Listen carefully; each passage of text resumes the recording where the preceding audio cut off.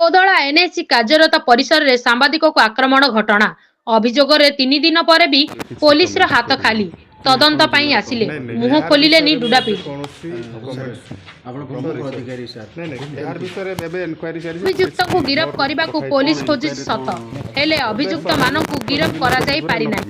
ସେପଟେ କୋଦଳା ଏନ୍ଏସି କାର୍ଯ୍ୟାଳୟରୁ CCTV footage ଗାୟବ କରାଯାଇଛି। ଷଡ଼ଯନ୍ତ୍ରକାରୀମାନେ ସିସିଟିଭି ଫୁଟେଜ ଗାୟବ କରି ଦେଇଥିବା ଆଲୋଚନା ହୋଇଛି। ମାମଲାକୁ ନେଇ ଗଞ୍ଜାମ ଜିଲ୍ଲା ଡୁଡୁ ପ୍ରକଳ୍ପ ନିର୍ଦ୍ଦେଶକ ସୁନିଲ କୁମାର କେରକେଟା ମଙ୍ଗଳବାର କୋଦଳା ଏନ୍ଏସିରେ ପହଞ୍ଚି ତଦନ୍ତ କରିଛନ୍ତି। ଏନ୍ଏସି କାର୍ଯ୍ୟନିର୍ବାହୀ ଅଧିକାରୀ ଅଧ୍ୟକ୍ଷଙ୍କ ସହିତ ଘଟଣା ସମ୍ପର୍କରେ ଆଲୋଚନା କରିଛନ୍ତି।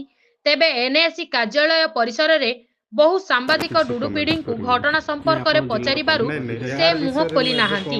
ତଦନ୍ତ ଚାଲିଥିବା କହି ସାମ୍ବାଦିକମାନଙ୍କ ବିଭିନ୍ନ ପ୍ରଶ୍ନର ଉତ୍ତର ନ ଦେଇ ମୁହଁ ଆଡ଼େଇ ଚାଲି ଯାଉଥିଲେ, ଯାହାକୁ ନେଇ ଅଧିକ ସନ୍ଦେହ ଘନୀଭୂତ ହୋଇଛି। ଡୁଡୁପିଡି ନିରପେକ୍ଷ ତଦନ୍ତ କରିବେ ନା ନିଜ କାର୍ଯ୍ୟାଳୟର କର୍ମଚାରୀଙ୍କୁ ସୁରକ୍ଷା ଦେବେ ସେ ନେଇ ପ୍ରଶ୍ନ ଉଠିଛି। ସରକାରୀ ଦଳର ଅଧ୍ୟକ୍ଷ ଥିବାରୁ ଘଟଣାକୁ ଚପାଇ ଦେବାକୁ ଯୋଜନା ଚାଲିଥିବା ନେଇ ଲୋକେ କହିଛନ୍ତି। ବେଗୁନିଆପଡ଼ାରୁ ବାପିନ ମାଲୁଙ୍କ ରିପୋର୍ଟ, ନ୍ୟୁଜ୍ 16 ଓଡ଼ିଶା।